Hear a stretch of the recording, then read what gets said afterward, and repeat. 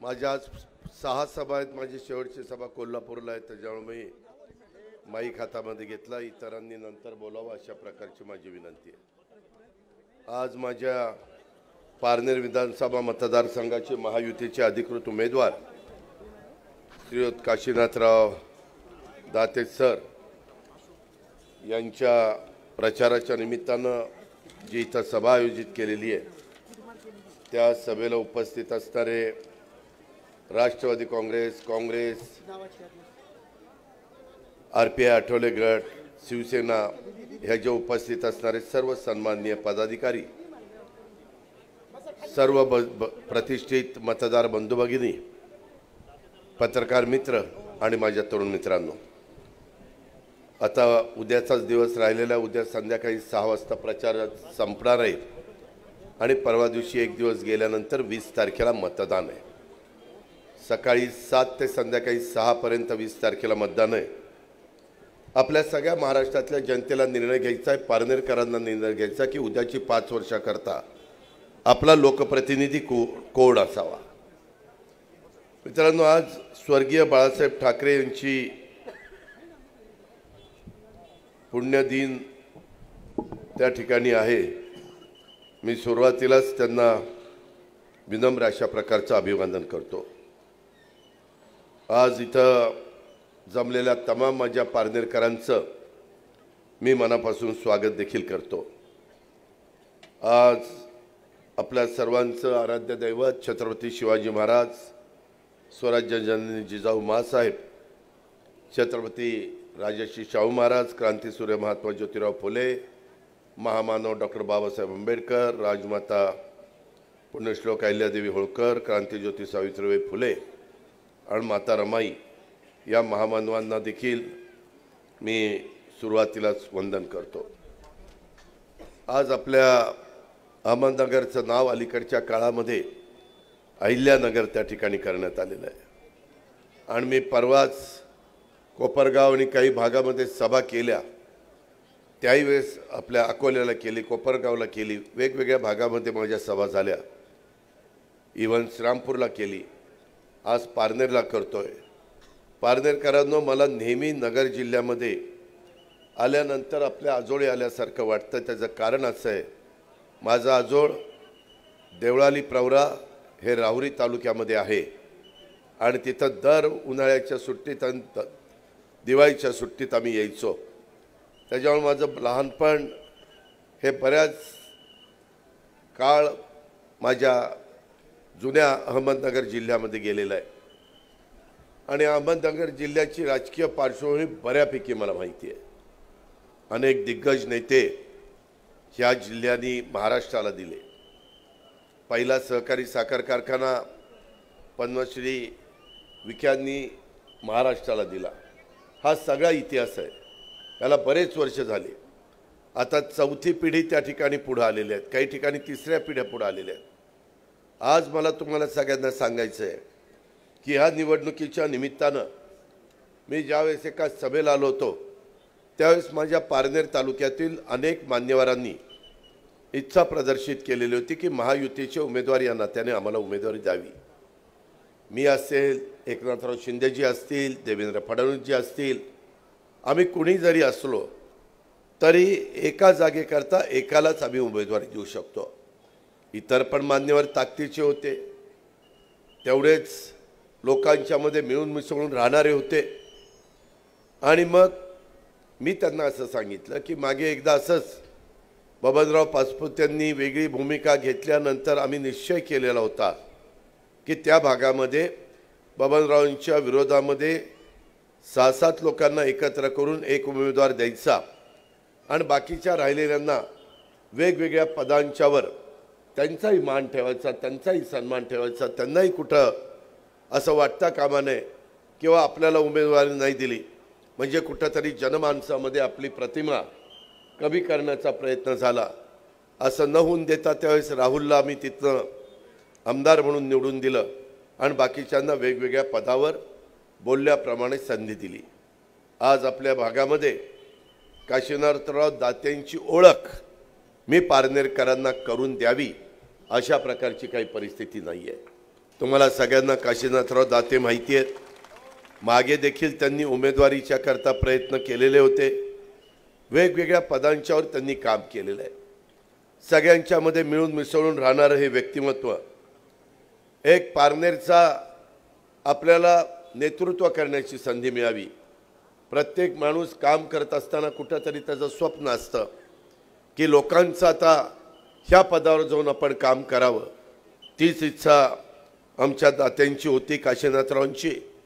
आणि मग त्याच्यातमधनं महायुतीचे उमेदवार या नात्याने भाजप, शिवसेना, राष्ट्रवादी काँग्रेस, RPI, आठवले गट आणि त्यांचे सर्व सहकारी यांच्या वतीनं आम्ही दात्यांना, काशीनाथराव दात्यांना उमेदवारी दिली. बाकीच्यांना पण काय सांगायचं ते सांगितलं. माझी पारनेरकरांना विनंती आहे की आपला प्रतिनिधी स्वच्छ, सर्वांच्या प्रश्नाची जाण असणारा, कारण महाराष्ट्राच्या विधानसभेमध्ये जाऊन तिथं प्रश्न मांडायचे असतात, तिथं त्या ठिकाणी पाठपुरावा करावा लागतो. अधिकाऱ्यांच्याकडनं देखील काम करून घेण्याची लोकप्रतिनिधीला हातोटी असली पाहिजे. त्याच्यामध्ये कुठेही तो कमी पडता कामा नये. मी आजपर्यंत गेल्या काही वर्षात काशीनाथराव दात्यांची जी माझी ओळख आहे ते बघितल्यानंतर ते ह्याच्यामध्ये निश्चितपणे यशस्वी होतील याबद्दल माझ्या मनामध्ये तीळमात्र शंका नाही. आम्ही आमची जबाबदारी पार पाडलेली आहे.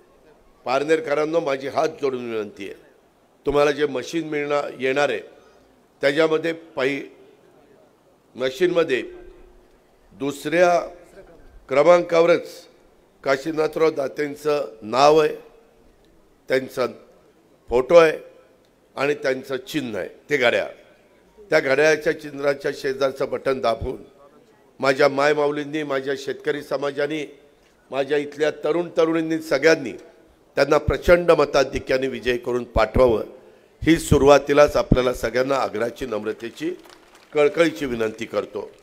बाबांनो, यामध्ये त्या ठिकाणी मला हेही सांगायचं आहे की एकंदरीतच तुम्ही म्हणाल किंवा काशीनाथरावांना निवडून दिल्यानंतर तुम्ही आमच्याकरता काय कराल. मी यावेळेस जे उमेदवार दिलेले आहेत त्याचा असा प्रत्येक विधानसभा मतदारसंघाचा जाहीरनामा काढलेला आहे आणि त्यामध्ये आम्ही साधारण पुढील 5 वर्षामध्ये काय कामं करू इच्छितो हे पण तुम्हाला आम्ही लेखी त्या ठिकाणी दिलेलं आहे. आणि पारनेरच्या बाबतीमध्ये आमचा काय वादा राहणार आहे तेही त्या ठिकाणी देण्याचं काम केलेलं आहे. मी तर सगळ्या विधानसभा मतदारसंघामध्ये म्हणजे जे राष्ट्रवादी लढवती त्या सगळीकडेच अशा प्रकारची भूमिका घेतली. कारण अनेक वर्ष राजकीय जीवनामध्ये तुम्ही सगळ्यांनी माझ्यासारख्या कार्यकर्त्याला साथ दिली. एका शेतकरी कुटुंबामध्ये जन्मालेला मी, त्या ठिकाणी आपल्याला माहिती आहे की कुठल्याही परिस्थितीमध्ये त्या बाबतीत कुठली अडचण येऊन न देता मी आजपर्यंत काम करत आलेलो आहे.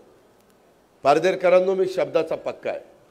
मी ज्यावेळेस एखादा शब्द देतो त्यावेळेस पडेल ती किंमत मोजावी लागली तरी चालेल, परंतु मी तो शब्द पुरा करतो. ही माझी महाराष्ट्राला ओळख आहे, हे कोणी नाकारू शकत नाही. इथं माझ्या मायमाऊली बसल्यात.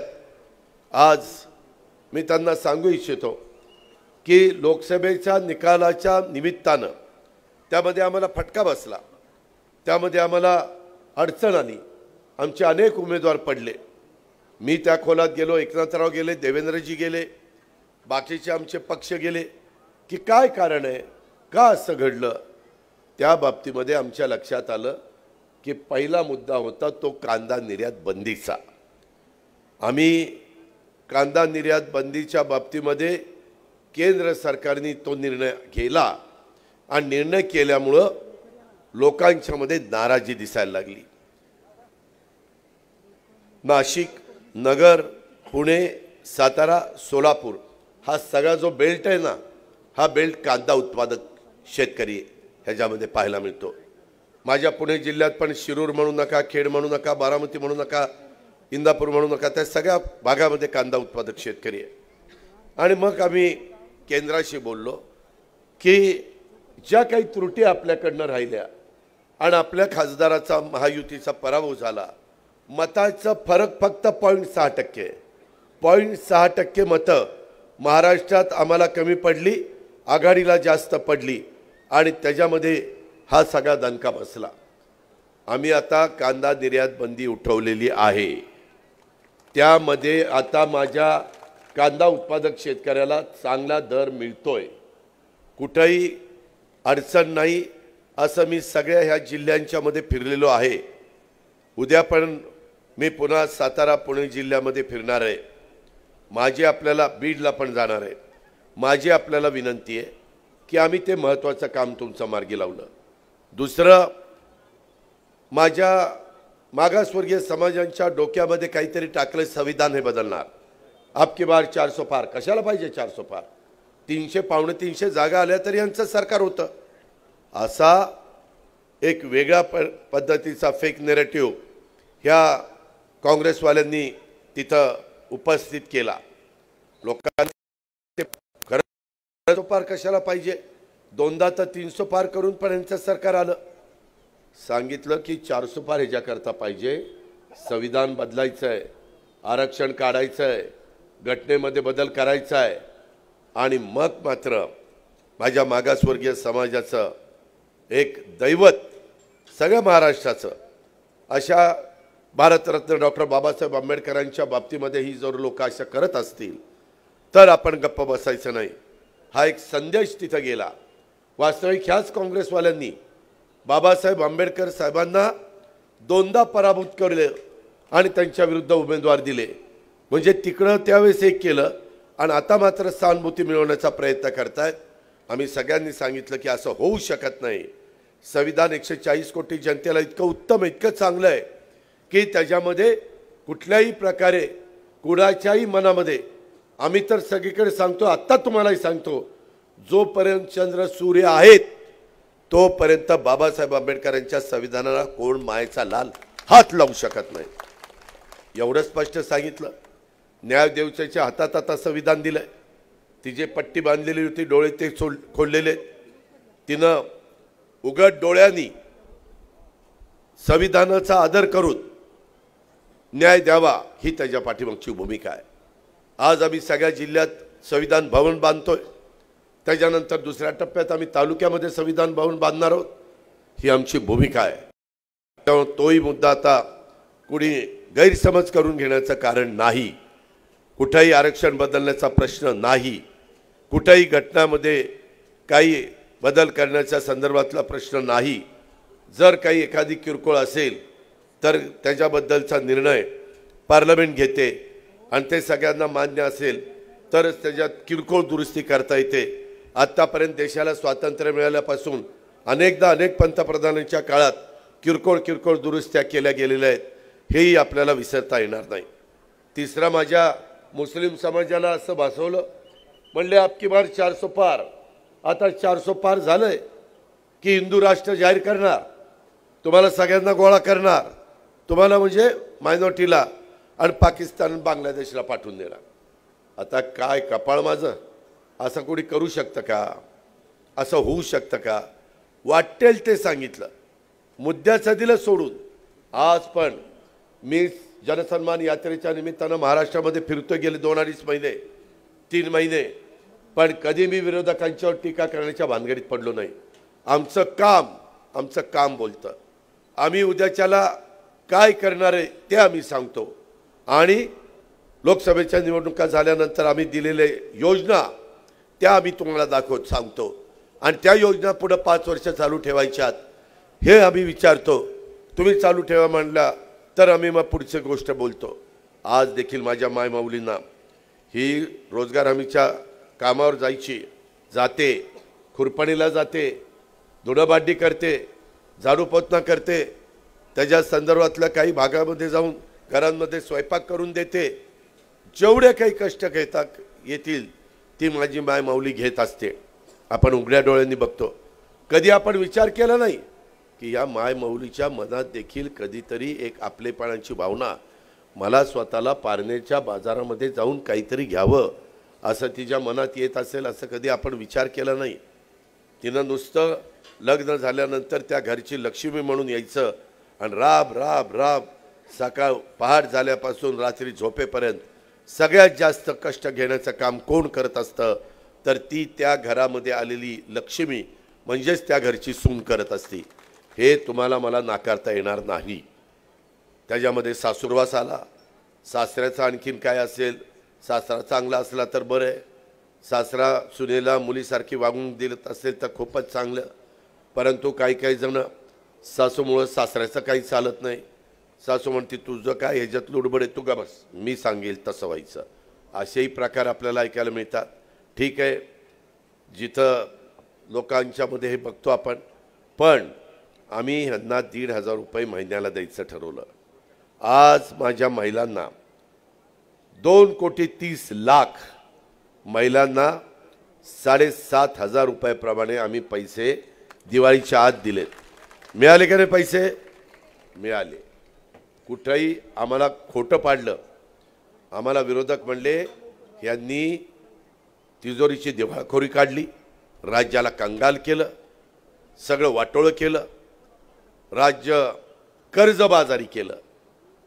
पारनेरकरांनो, मी देखील 1991ला त्यामध्ये बारामती तालुक्याचा खासदार झालो आणि नंतर लगेचच आमदार झालो, कारण साहेब संरक्षण मंत्री म्हणून गेल्यानंतर त्यांना खासदार होणं क्रमप्राप्त होतं। मी राज्यमंत्री झालो, नाईक साहेबांच्या मंत्रिमंडळात मला आमदार होणं गरजेचं होतं। तेव्हापासून मी काम करतोय। मी नेहमी माझ्या भागातल्या संस्था मी चांगल्या चालवतो, माझ्या तालुक्यातल्या। त्याच्यामध्ये जेवढा भाव उसाला देता येईल, जेवढा दुधाला देता येईल, खरेदी विक्री संघाच्या माध्यमातून माझ्या शेतकऱ्यांना चांगलं बी बियाणं, औषधं, खतं ह्या सगळ्या गोष्टी देता येईल। त्याच्यामध्ये आमच्या मार्केट कमिटीतनं त्यांच्या मालाला चांगल्या प्रकारची बाजारपेठ मिळेल, पैसे रोख मिळतील, तिथं हमाल, मापाडी, व्यापारी आणि माझे शेतकरी असं सगळ्यांचं एक चांगला समन्वय मी त्या ठिकाणी साधतो। माझी पुणे जिल्हा मध्यवर्ती सहकारी बँक राज्यामध्ये उत्कृष्ट बँक आहे, बारामती बँक उत्कृष्ट आहे। ह्या सगळं आम्ही केलं आहे, तुम्ही येऊन बघा, परंतु ते बाकीकडे पण झालं पाहिजे। आपल्या इथं पतसंस्थांचं जाळं मोठं आहे, पतसंस्थांची काय अवस्था आहे तुम्हाला माहिती आहे, त्या खोलात मी जात नाही का, तर त्याच्यामध्ये टीका टिप्पणी करण्याची ही वेळ नाही आहे। पण ही परिस्थिती आहे, आपल्या संस्था कशा चालल्यात, आपल्या इथं कारभार कसा चालला आहे, आपल्या इथं इंडस्ट्री येते त्यावेळेस त्या इंडस्ट्रीला सर्वतोपरी सहकार्य होतं आहे का, इथं कुणाची दादागिरी आहे का, इथं कुणाची दहशत आहे का, इथं त्या ठिकाणी लोकांना खुलेपणाने मनमोकळेपणाने राहता येतं का, त्याच्यामध्ये कुणाची अडचण नाही ना, ह्या सगळ्याचा विचार तुम्ही साकल्याने करा। काय परिस्थिती आहे, आज आम्ही यांना त्या ठिकाणी लाडकी बहीण योजनेचे पैसे दिले, 3 गॅस सिलेंडर दर वर्षाला द्यायचा निर्णय घेतला, मुलींचं शिक्षण 50% आम्ही कॉलेजचा खर्च करायचो, आता 100% करायचा निर्णय घेतला। जन्माला आल्यानंतर ती मुलगी 18 वर्षाची होईपर्यंत 1,01,000 रुपये त्या मुलीला मिळतील, अशा प्रकारची व्यवस्था आम्ही केली। त्याचबरोबर माझ्या बांधवांच्या करता 3, 5, 7.5चं लाईट बिल माफ केलं। झिरोची बिलं आलीत का? आली, झिरोची बिलं आली। मी तुम्हाला सांगतो, मागचं बिल भरायचं नाही, तेही सगळं क्लिअर केलंय। तुम्ही बिल बघा, ते जेवढं तुमचं काही बिल होतं तेवढं सगळं राज्य सरकारने भरलं आणि आता 0000चं बिल दिलेलं आहे। ते विरोधक काय करतात, अरे यांनी चालू बिल माफ केलंय, मागच्या बिलाचं काय, अरे मागचं बिल पण आम्ही त्यांचं घेणार नाही, ते पण सगळं क्लिअर करून टाकलं। आम्ही शेतकऱ्यांना बाबा, मलाही माझ्याकडे पण मोटारी आहेत ना, माझाही ऊसाचा डेअरीचा आणि त्या ठिकाणी फळबागांचा व्यवसाय आहे, त्यामुळे मला ह्याच्यातल्या खाचा कोणा माहिती आहेत, त्याकरता आम्ही अशा प्रकारचा निर्णय घेतला। 14,000 कोटी रुपये 15,000 कोटी रुपयाचं बर्डन आम्ही त्या ठिकाणी स्वीकारलं। माझ्या बळीराजाकरता, माझ्या शेतकऱ्याच्या करता 1 रुपयामध्ये पीक विमा दिला, 7 रुपये लिटरला आता अनुदान देतोय। काही शेतकरी म्हणतील की अलीकडे अनुदान आलं नाही, बरोबर आहे, आचारसंहिता सुरू झाल्यामुळं आम्हाला वैयक्तिक लाभ तुम्हाला देता येत नाही, तुमच्या अकाउंटला पैसे पाठवता येत नाही। आम्ही सोसायटीमार्फत, दूध संघामार्फत आता पैसे पाठवायचं बंद केलं आहे। त्यांना रेकॉर्ड मागितलं आहे, त्या शेतकऱ्याचं नाव, त्याचं 15 दिवसात आलेलं दूध आणि त्याला गुणिले ₹7 असे मागचं 5ने केलं, आता 7ने करतोय. ते पैसे आम्ही तुम्हाला देतो. ह्या गोष्टी सगळ्या पारदर्शक केल्या. ह्यांचे पैसे डायरेक्ट डीबीटीला, ह्यांच्या अकाउंटला, मध्यस्थी नाही. 3 गॅस सिलेंडरचे पैसे डायरेक्ट त्यांना, मध्यस्थी नाही. त्या मुलींना 1,01,000 मध्यस्थी नाही, डायरेक्ट तिच्या अकाउंटला. त्याच्यामध्ये मुलींचं शिक्षण राहिलेले 50% द्यायचं, त्याच्यामध्ये तुमच्या हातात नाही. त्या कॉलेजला आम्हाला कळलं पाहिजे की काय शिकती आणि कॉलेज किती पैसे घेते. नाहीतर काही काही कॉलेज अक्षरशः लुटतात. शेवटी हा जनतेचा पैसा आहे, हा काही कुणाच्या घरचा पैसा नाही आहे. पैसा उपयोग नीट झाला पाहिजे. तसं तुमचं बिलाचा प्रश्नच नाही, आता बिल 0च येणार आहे. तुम्ही त्यांचा चांगल्या पद्धतीनं शेतीवाडी करा, चांगला कांदा पिकवा. जे पिकं इथं सोयाबीन कापूस तर नसेलच ना तुमच्याकडे? सोयाबीन आहे. आता काय झालंय, सोयाबीन आणि कापसाचे दर पडलेत. मागच्या वेळेस दर कमी असताना पारनेरकरांनो आम्ही तुम्हाला ₹5,000 हेक्टरी त्याच्यात अनुदान दिलं. 2 हेक्टरीपर्यंत ₹10,000 अनुदान दिलं. का तर आमच्या शेतकऱ्याला ते परवडलं नाही म्हणून. आत्ताही त्याच्यात पद्धतीनं भाव पडलेत. ते भाव त्या ठिकाणी चांगले होत नाहीत. त्याकरता आम्ही शिवराजसिंह चौहान कृषी मंत्र्यांशी बोललो. त्यांनी सांगितलं, अजित पवार उद्याची आचारसंहिता संपू द्या, आपण एकत्र बसू आणि त्याच्यातनं त्या ठिकाणी मार्ग काढू. शेवटी केंद्र सरकारमध्ये असणारे कृषी मंत्री, त्यांना शेती व्यवसाय चांगला माहिती आहे. 13 ते 15 वर्ष ते मध्य प्रदेशचे मुख्यमंत्री होते. त्यांनी शेतीमध्ये अतिशय उत्तम काम केलेलं आहे. त्यामुळं पंतप्रधानांनी त्यांना शेती मंत्री केलेलं आहे. मी मधी परळीच्या एका कार्यक्रमात त्यांना भेटलो. पीक विम्याचे पैसे येत नव्हते. ₹1 तुम्हाला पीक विमा दिलेला आहे. करोडो रुपये आम्ही भरतोय. आम्ही म्हणजे सरकार. का तर माझ्या शेतकऱ्याला परवडावं. मित्रांनो, आत्ता माझ्या माहितीप्रमाणे पारनेर तालुक्यामध्ये जे नुकसान झालं, यंदा काही ठिकाणी पाऊस जास्त झाला, पिकं त्या पाण्यामध्ये राहिल्यामुळं कुजून गेली मुळ्या आणि पिकं खराब झाली. तिथं पीक विम्याचे 126 कोटी रुपये आत्तापर्यंत तुम्हाला मिळालेले आहेत. 126 कोटी रक्कम छोटी नाही. अजून राहिलेले त्या ठिकाणी मिळतील. आपण त्या बाबतीमध्ये काळजी करू नका. एवढ्यावरच नाही, तुमचं त्या बाबतीमध्ये माझ्या डिप्लोमा डिग्री आणि 12वी झालेल्या मुलांना मुलींना आम्ही आता प्रशिक्षण देतोय. तिनं जे शिक्षण घेतलंय, आता पुढं तिला जो व्यवसाय करायचा आहे त्याचा अनुभव घे. त्या मुलांनी किंवा तिनं, आणि त्यांना 12वी असेल तर ₹6,000 मानधन 6 महिन्याकरता, डिप्लोमा असेल तर ₹8,000 मानधन. शिकायचं तिनं आणि सरकार त्याच्याबद्दल तिला पुरस्कृत करत आहे किंवा त्याला, आणि ग्रॅज्युएटवाल्याला 10,000 असाही आम्ही त्या योजना आणलेली आहे. ह्या सगळ्या योजना ह्याला 75,000 कोटी रुपये लागत आहेत. ह्यांनी पहिल्यांदा आमच्यावर टीका केल्या. ह्या टीका केल्यानंतर त्या बाबतीमध्ये आम्ही ऐकत होतो आणि आम्हाला तुम्हालाच द्यायला 75,000 कोटी वर्षाला लागत आहेत. मी कुठेही अडचण येऊन दिलेली नाही आहे. पगार थांबवलेले नाहीत. वेळचे वेळेला पगार करतोय, पेन्शन वेळचे वेळेला देतोय. ह्या सगळ्या गोष्टी त्यांनी त्या ठिकाणी घेतलेल्या आहेत. आणि अशा पद्धतीनं आम्ही सगळेजण काम करत असताना ह्यांनी सांगितलं महिलांना पैसेच मिळणार नाही. उगीचा चुनावी जुमला आहे. पैसे मिळाल्यावर म्हणले काढून घ्या काढून घ्या काढून घ्या, नाही तर परत घेतील. कशाला आम्ही परत घेतोय, कशाला त्या ठिकाणी आम्ही काढतोय? ह्या गोष्टीचा विचार आपण सर्व सहकारी मित्रांनी त्या ठिकाणी केला पाहिजे. अशा प्रकारची माझी आपल्याला सगळ्यांना आग्रहाची, नम्रतेची, कळकळीची विनंती आहे. आता त्यांनी आम्हाला वेगळ्या पद्धतीनं त्या ठिकाणी आम्ही त्याच्यामध्ये, आता तुम्ही इथून पुढं त्या बाबतीमध्ये जर काम करायचं म्हटलं तर त्यांच्या लक्षात आलं की या योजनांना जर टीका केली तर आपण रॉंग बॉक्समध्ये जातोय. मग टीका करायचं बंद केलं. मग म्हणले की आता आम्ही त्यामध्ये आणखीन काही वाढवण्याचा प्रयत्न करणार. पारनेरकरांनो, त्यांनी जो कार्यक्रम दिलेला आहे तो कार्यक्रम तुमच्या इथं राबवायचं महाराष्ट्रात म्हटलं तर त्या सगळ्या कार्यक्रमाला 3 लाख कोटी रुपये लागत आहेत. आपलं बजेट आहे 6.5 लाख कोटीचं. पगार आणि त्या बाकीच्याला 3-3.5 लागत आहेत आणि ह्याला 3 लाख कोटी. राज्य कशावर चालवायचं? केंद्र सरकार त्यांच्या विचाराचं नाही, केंद्र सरकार आमच्या विचाराचं आहे. पारनेरकरांनो, आत्ता तुम्ही मधल्या काळामध्ये तुम्हाला आम्ही सुजय विखे पाटलांना खासदारकीची उमेदवारी दिली. तरुण होता, पहिली टर्म होती, तरी देखील तुम्ही त्यांना पराभूत केलं आणि दुसऱ्याला निवडून दिलं. काय साधलं तुम्ही? ती व्यक्ती केंद्रात गेली, काम करू शकते. सरकार त्यांच्या विचाराचं नाही, काहीच काम करता येणार नाही.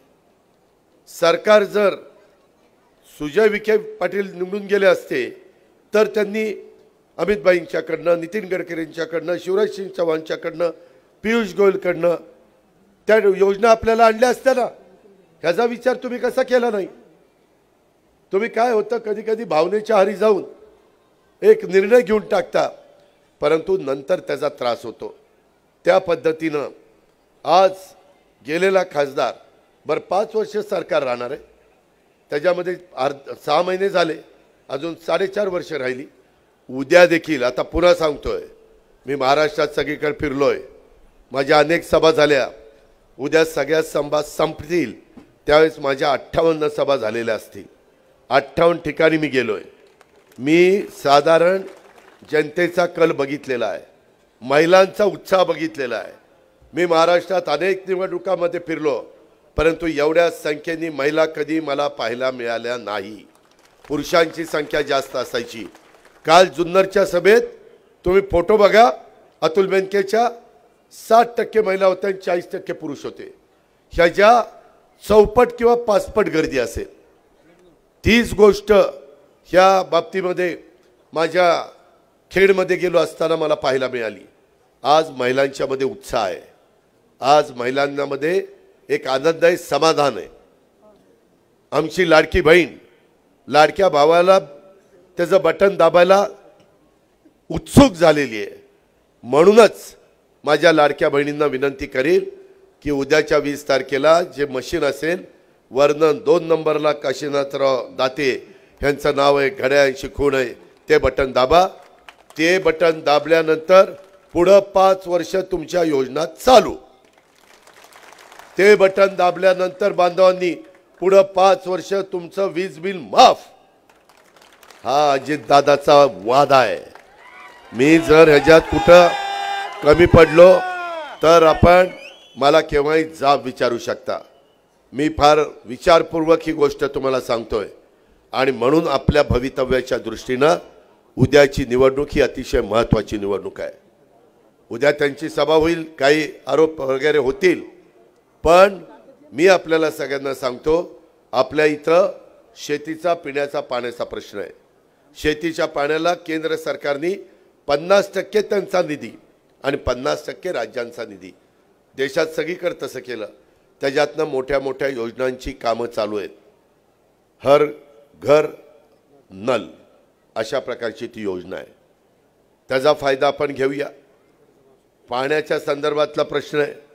कानूर पठाराचं 1 TMC पाण्याचा बरेच वर्ष प्रलंबित आहे. आपलं केंद्र सरकार आपल्या विचाराचं आहे. आम्ही पश्चिमेकडनं पडणारं पाणी हे पूर्वेकडे आणून ते आमच्या नगर जिल्ह्याला, नाशिक जिल्ह्याला, ते पुढं मराठवाड्याला देण्याचा आमचा सगळ्यांचा प्रयत्न आहे. ह्या सगळ्या गोष्टी जर आपण बघितल्या तर आपल्या सगळ्यांच्या लक्षात येईल की आत्ता कॅबिनेटमध्ये आम्ही 85,000 कोटी रुपयाचे काही प्रकल्प मंजूर केले. काही वेगवेगळ्या योजनांच्या करता करोड रुपये लिफ्ट इरिगेशन स्कीमच्या करता मंजूर केले. इथनं पुढं आमच्या सगळ्या शेतकऱ्यांच्या उपसा सिंचन योजना ज्या सरकारी आहेत त्या सोलर एनर्जीवर चालवायचा निर्णय आम्ही घेतला आहे. त्याचं काम सुरू आहे. इथनं पुढं बांधवांनो, आम्ही तुम्हाला दिवसा वीज देणार आहे, रात्री नाही. 6 महिन्यांनी दिवस उजाडला शेतकऱ्यांनी रानात जावं, पंप चालू करावा. दिवस मावळला घरी यावं, पंप बंद करावा. बायका मुलांच्या मध्ये राहावं, जेवावं, खावावं, तिथं झोपावं आणि पुन्हा सकाळी कामाला जावं. ही गोष्ट लक्षात घ्या. आत्ता तुम्हाला तिकडे गेला तर रात्री कधी बिबट्या येतोय, कधी त्या ठिकाणी गवे येत आहेत, कधी त्या ठिकाणी साप विंचू काटे येत आहेत, कधी रानडुकरं येत आहेत. ही परिस्थिती आहे. म्हणून मार्ग काढण्याच्या करता राज्य सरकारने तो निर्णय घेतला. पंतप्रधानांच्या बरोबर मी काही मीटिंग केल्यात. पंतप्रधानांनी सांगितलं काळजी करू नका, जसं बिहारला आणि आंध्र प्रदेशला दिलं गेलं तसं अधिकचं आपण महाराष्ट्राला देऊ. महाराष्ट्रामध्ये गुंतवणूक सगळ्यात जास्त जगातनं जी गुंतवणूक येते, ज्याला FDI आपण म्हणतो, ती आज 1 नंबरला तुमचा माझा महाराष्ट्र आहे. आपण नंबर 1 ला आहोत. विरोधक सारखं टीका, महाराष्ट्र खाली गेलाय, खाली गेलाय, खाली गेलाय. अरे कुठं खाली गेलाय? उगीच काही खाली गेलाय, खाली गेलाय, खाली गेलाय. गुजरातला गेलं, गुजरातला गेलं, गुजरातला गेलं. काय गेलं गुजरातला? काही पण सांगायचं खोटं. एखादी गोष्ट 50 वेळा खोटी सांगितली की खरी वाटायला लागती. ह्या सगळ्या गोष्टी त्यांच्या आपण लक्षात घेतल्या पाहिजे. सरकार उद्याच्या 23 तारखेला मतमोजणी होईल, त्यावेळेस काही झालं तर महायुतीचंच सरकार 250 जागा घेऊन निवडून येणार आहे. 5 वर्ष पुन्हा आम्हीच आहोत, पण एक एक आमदार आमचा आला पाहिजे. एक मतानी वाजपेयी साहेबांचं सरकार पडलेलं होतं, आठवा. एक एक व्यक्ती महत्त्वाची असते आणि दाते यांना उमेदवारी दिलेली आहे. अनेक वर्ष थांबलेले आहेत. आता संधी आलेली आहे. तुमचाच घरातला माणूस हा आपल्या पारनेरकरांचं प्रतिनिधित्व करायला निघाला आहे, हे मनामध्ये आणून तुम्ही स्वतः उमेदवार समजून आपण उद्याच्या 20 तारखेला घड्याळाचं बटन दाबण्याचं काम त्या ठिकाणी करावं, अशा प्रकारची माझी आपल्याला सगळ्यांना विनंती आहे. माझं भाषण झाल्यावर आपले माजी खासदार सुजय विखे पाटील तुम्हाला मार्गदर्शन करणार आहेत. तुम्ही उठू नका. मला आता इथून पुढं शिरूरची सभा आहे, तिथून पुढं मला भोरची सभा आहे, फलटणची सभा आहे, वडगाव शेरीची सभा आहे आणि शेवटची माझी सभा चंदगड कोल्हापूरला आहे. एवढ्या सभा मला करायच्या. म्हणून मी आल्या आल्या माईक हातात घेतला. जे लोक आता थांबले त्यांनी काही ठिकाणी नाराज होऊ नये. कुठे विजय?